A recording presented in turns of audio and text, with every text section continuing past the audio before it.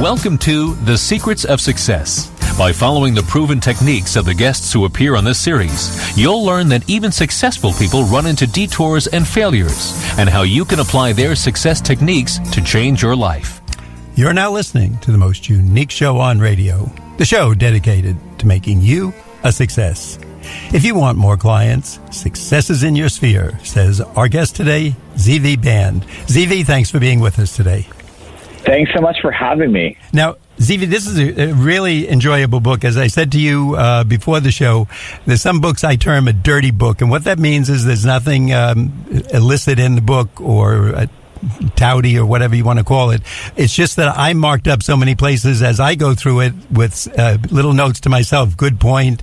Ask Zvi about this, etc. So to rate being a dirty book on our show puts you probably in the top 5% of books, and we've been on for 30 years, and we've had some quite impressive authors on. So I just want you to know that that's an accolade that our audience should get ready for. So now I've made the standard very high for you.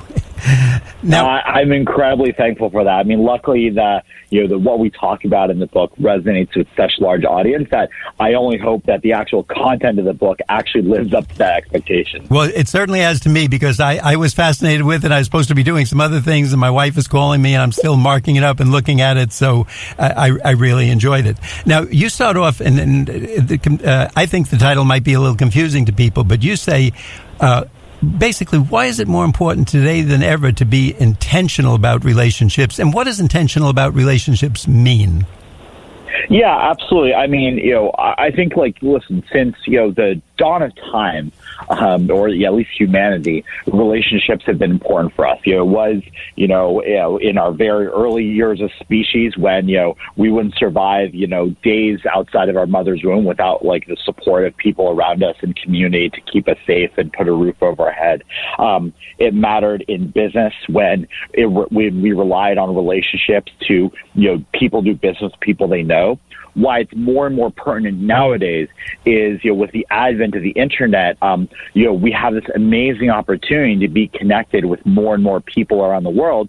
But that also means that the people that we work with, the people that we want to build mindshare with, are connected with more and more people. And so if the knowledge gap is gone because, we no longer have unique knowledge in our market, if the skills gap is gone because we can work with pretty much anywhere around the world, our reputation, really is kind of the last bastion of, of support that we have to make sure that we stand out from other professionals around us. Now, Zvi, going through schools and even applying for jobs, etc., earlier in my life, there was kind of a saying, people do business with people they know.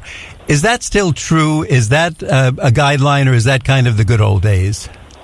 No, it's absolutely, I think it's more pertinent than ever. When studies have shown that when you put two professionals or two options side by side, the one that has the deeper social connection matters more than ever, right? Think of it, we rely on social proof to, figure out what restaurants to go to on the weekend. That same social proof matters more and more in business these days. With Contactually, the company I was running for 7.5 years, our social proof was the only way that we were able to grow our business. We built our business on reputation alone, and that's how most professionals act nowadays. When again, someone may have the same knowledge as you, someone may have the same skills as you, but they will never be able to fully replicate the reputation that you've built up in the market. Now, I love that term, social proof. How would you define that? Just if someone just tuned in and heard you say that term, what really is social proof? Yeah, I mean, social proof is, basically the, perception, from someone that, you trust or So, it's as simple like a Yelp review or a Google review. It's some kind of supporting evidence derived by some other third party that gives you some trust in that. And so, it's as simple as even, again, we talked about an online review being some form of social proof. It can be, as more extreme as, a mutual connection saying, hey, I think you two should meet. I trust both of you, and I think you would have the great opportunity to work together. It's funny, Zvi, before the show, I was just saying to our producer here that people I knew a few years ago, and they're not unable to, handle computers. They're tech-savvy people. But since I've kind of gotten out of their sphere of activities, I've never gotten any information from them. And as a result, now when I'm recommending someone in their particular field, I'm just as likely to recommend a totally third or fourth party that I've come across in the last 5 years as these people who I was very close to, but I don't get any information from them. I don't get an occasional email, an advertisement. And I know while most of us think that's a pain in the butt or just annoying, it is good to keep your name in front of your clients, even occasionally letting them know you changed your office or you're coming up with a new way of doing things or a new product or a new service. Yeah, exactly. I mean, there's definitely like this, I think we all know about the time decay of memory, right? If we can't remember what we had for breakfast 2 weeks, 2 months, 2 years ago, how are you going to remember the person that we met with that day and the little details around it? So it's really no surprise that, an interesting statistic out there is, the National Association of Realtors did a survey and they found that 88% of home buyers would work with their agent again and had a great experience. But then when you look at the actual statistics of who did work with their agent again, only 12% did.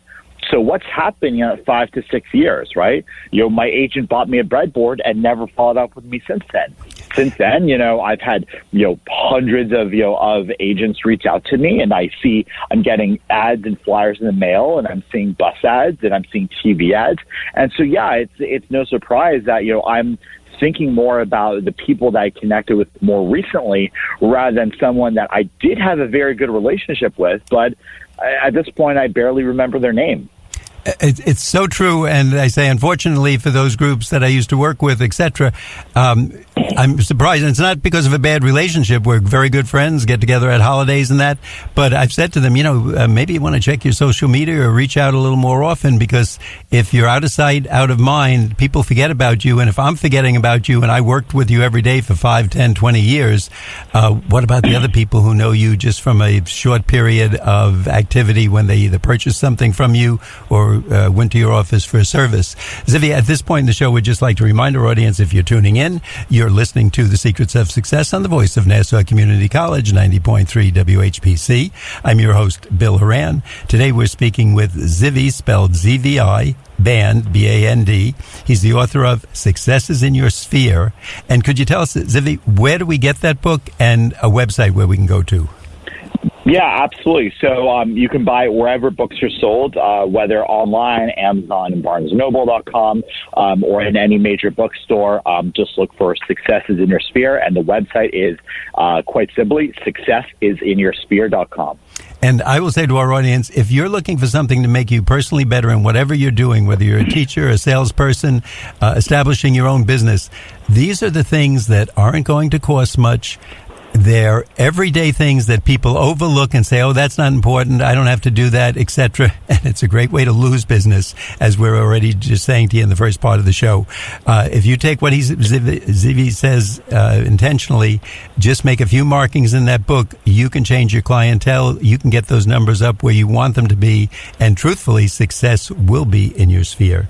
Now, what about places like LinkedIn and Facebook and Instagram? I think you said that that's not really an effective way to manage relationships. Tell us why.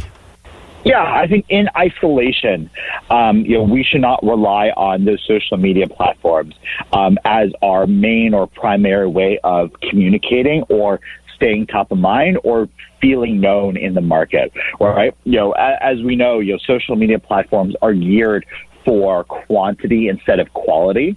And so it's no surprise that, when Cigna did a survey of 20,000 Americans recently, over 50% identified as being lonely. There are tons of surveys that show that, social media is actually making us feel more disconnected. Why? It's because, with all these relationships, we're going a mile wide and an inch deep. So one of the tests I would recommend to any listener right now is open up LinkedIn or Facebook or go to any other social network. Pick a random contact out of that list and ask yourself, if they reach out to me and, ask for $20, what's the likelihood that I give it to this one random contact? And therefore, more importantly, if I were in a point in my life where I really needed $20 from this person, what's the likelihood that they would know me well enough to be able to give it back to me? And so that's the issue, that we shouldn't necessarily rely on social media as our sole source, nor should we avoid it entirely. Instead, we should use it as a source of information, a way to connect with some people. But for example, the next time you go on LinkedIn and you saw someone that you care about change jobs, don't just kind of like that post, but instead send them a handwritten card saying congratulations on the new job, or set a reminder in your calendar to check in 30 days later saying, hey, it's been a month since the new job, how are things going? All these little tactics that you can do to make sure that you're standing above the other 63 people that liked that one post. And I love your $20 test, asking them that would you either lend it to them or would they lend it to you? Because I'm thinking of a friend that I knew. He was very proud of the fact that he had about 500 followers, just a personal business person. But in business, he was also kind of a total failure at that time. And bragging about having 500 followers, so what if it's not helping you grow? Because at a certain point in life, growth is your business and your profession and what you're doing, or maybe it's time to move on to something else. Now, you also compare relationship marketing and networking. What's the difference between the two? Yeah, so, they're definitely very closely related. So relationship marketing is more about how do you market your services or your expertise or your business goals through the relationships that you already have. Networking is more classically kind of related to going out and building new relationships. It's actually going out and building that network. So again, they're very closely related. If you never did any networking or if you never had any contacts, then there's no one necessarily to run those relationship marketing practices with.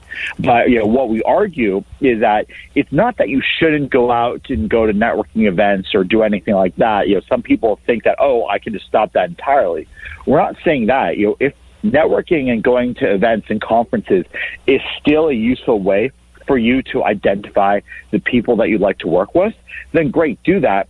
But only do that once you've really built a strategy and a process to stay engaged with those relationships, right? How many times have we as professionals, gone to networking events or gone to a conference, and, collected a bunch of business cards, had a bunch of great conversations. And the next time we think about that person is when we're fishing that kind of stack of business cards, soggy out of the laundry because we didn't even bother taking it out of our pants pocket. That happens to me all the time still. So what we're arguing with relationship marketing is we should be spending most of our time preaching to our choir before going out and getting new relationships. Are there some people out there that are just not wired to be good at relationships? They meet Fred, they meet Jane, and it's okay, good meeting you tonight, goodbye, tomorrow, and never touching base again, even though that person might be good in the future for them, whether they can see it that evening or that day or not? I would actually say I definitely fit that persona. I was terrible. Backtrack 8 years ago. I was terrible at that. I would meet people for coffee and then 2 weeks later completely forget about them. Or I was so focused on the contacts at the top of my inbox that scroll back 2 or 3 pages and I was completely forgot about them. And so I think most of us are really bad. We shouldn't feel guilty about this. As human beings, we're wired for short-term gains, not necessarily what's going to benefit us 2 or 3 years from now. And relationship marketing is definitely a long-term play. And that's why we need strategies in place to be able to help us with that. Zvi, you've amazed us already with this information. I know there's a lot more to come at this point in the show. We have to take a brief break. We'd like to let our audience know that you're listening to The Secrets of Success on the voice of Nassau Community College, 90.3 WHPC. I'm your host, Bill Horan, and you've been listening to Zvi Band, author of Success is in Your Sphere. We'll be right back. Technology moves at the speed of innovation, and today, that's lightning fast. So when you get your hands on the latest tech, don't forget to do the right thing with your old devices. Recycle them.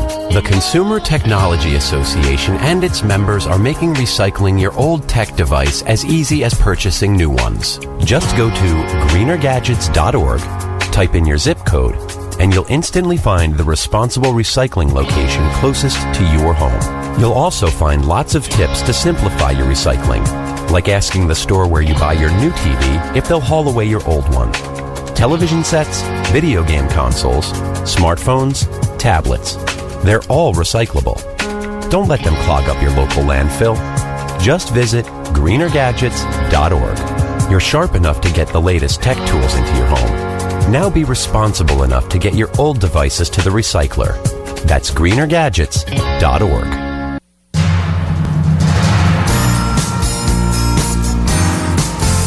Welcome back. You're listening to The Secrets of Success on the voice of Nassau Community College, 90.3 WHPC. I'm your host, Bill Horan. Our guest today is Zvi Band. He's the author of Successes in Your Sphere. Zvi, why do we tend to just forget these people that we meet? It seems so important, especially in the business world, but people will meet people at different events and I guess just not really use that information. Why is that? Yeah, and I mean, again, this is, we shouldn't be surprised, we're wired naturally. Again, this is, in our DNA by instinct to think about, the short-term gains. How do we put a roof over our head? How do we make sure that we have food in our belly right now? And we're not as wired to think about what's going to benefit us 2 or 3 years down the line. If all we did, every day, if we prioritized our day around, what was going to be best for us 3 to 5 years, well, then we would be going to the gym every day and eating salads and lean protein, and we wouldn't be eating hamburgers and sitting on the couch and watching TV. We wouldn't be buying $5 cups of coffee. We would be investing as much as our savings in and saving up as much as possible to invest in the stock market. But the truth is, we tend to think about what is going to benefit us in the short term. And so it's no surprise that when we meet someone at a conference, that seems like they could be interesting. We know that, hey, there's a high likelihood of us working together over the next few years, but it's not necessarily right now. We tend to prioritize ourselves over the urgent. We're thinking about the emails at the top of our inbox, the calendar appointments we have, the lead that just came in. And that's why, to counteract that, we need strategies to ensure that we're nurturing those relationships that won't do anything for us in the short term, most likely, but will be amazing and life-changing over a longer period of time. Yeah, that's an interesting point. I'd like you to address that a little further. And you mentioned in your book the words important and urgent. And I'm trying to think, someone once had an expression, they said to me, your failure to plan is not my emergency.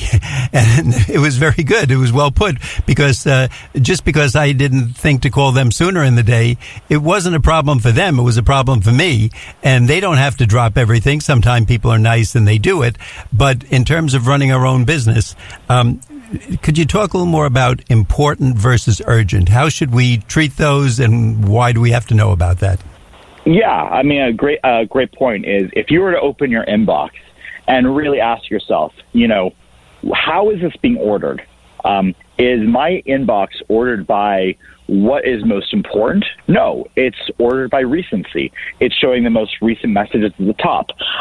Is our phone showing us the most important tasks that we need to do that day? No, it's showing us the messages and push notifications that came in just this second. And so naturally, there's this kind of sense of unease and sense of concern that we have when something comes in that seemingly requires quick action. If I were to call you out of the blue and say, hey, I really need to do something right now, you're much wired to say, oh, okay, fine, let me help you. But without taking a step back and say, wait a second, is he really someone that I need help? Is this a really important task? so we often fall victim to the tyranny of the urgent. And it's especially now, there are definitely things that are urgent and important. There are things that are not urgent and not important that we should likely never do. The real challenge is the things that are important but not urgent whatsoever, like staying in touch with past clients. If I know that the client isn't likely to engage with me, or likely to work with me, for another 4 or 5 years, well, do I really need to talk with them today versus, dealing with the lead or the contract I have right now? Could I follow up with them next week or the week after or 3 weeks from now or 6 months from now or 2 years from now? And so we kind of keep kicking the can down the road. And again, we shouldn't feel bad about this. We should just say, hey, this is how we as human beings operate, and we should put systems in place to counteract that. Zvi, if someone is listening today, I just want them to know that if you're enjoying what you're hearing, but you say, gee, I wish my father was here, my brother, my boss, someone else could listen to this, you can go to nccradio.org. That's simple enough, nccradio.org, and look under podcasts for The Secrets of Success. Our guest today is Zvi, ZVI, last name B-A-N-D, and the book is Successes in Your Sphere.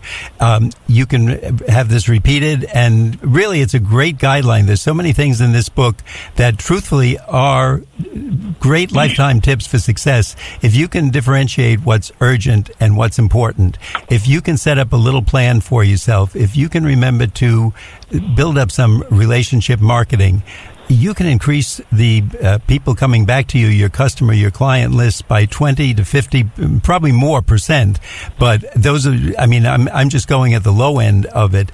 And if you look, the advice is very simple and very inexpensive. It's little, if anything, if it's going to cost you to do the things that's mentioned in this book. Now, Zvi, we always want to go out and get people, and get new clients. But how can we assess which people in the network are worth spending time on? Is there any type of formula or advice you can give us as to that? Yeah, absolutely. And this is definitely one of the biggest challenges that we face, is that there are so many people that we could be connecting with and so many meetings that we have and so many interesting people around us. Well, who of this massive sphere do we bother to stay in touch with, and how do we make sure we're spending our time, the best? And so the book walks through the capital strategy, which lays out the step-by-step approach. And so what we're talking about now is the P for prioritize. And what we're trying to do here is we're trying to not organize our relationships into past clients, new clients, current clients, college buddies, but instead prioritize the people around who are the people that are most likely to help with our goals. And so the step-by-step process that we recommend for anyone listening is think about the goals you're trying to achieve. Are you trying to get more referrals? Are you trying to get get a new job? Are you trying to raise money from investors? Whatever it is you're trying to do, really think critically around those goals. Then figure out the types of people, not the exact people, the types of people that can best help you with those goals. And then, only then, think about the people that best fit in that category. So that means that, I'm not going to be treating all of my past clients the same way. I'm going to be thinking about who are the best clients that I work with, that I had the best experience with, that maybe have already sent me like a referral or two. Those are the ones I want to prioritize over just, any odd past client I worked with. And so by doing that, as my friend Jason Gaynor talks about, we're practicing addition by subtraction. We're able to add more value to our relationships by removing the people that are less likely to help us with our goals. Zvi, again, I want our audience to know that the book is called Successes in Your Sphere. It's by our guest, Zvi Band, is his last name, B-A-N-D. And Zvi, would you tell us where we can get the book and the website once again? Yeah, absolutely. It's available wherever books are sold.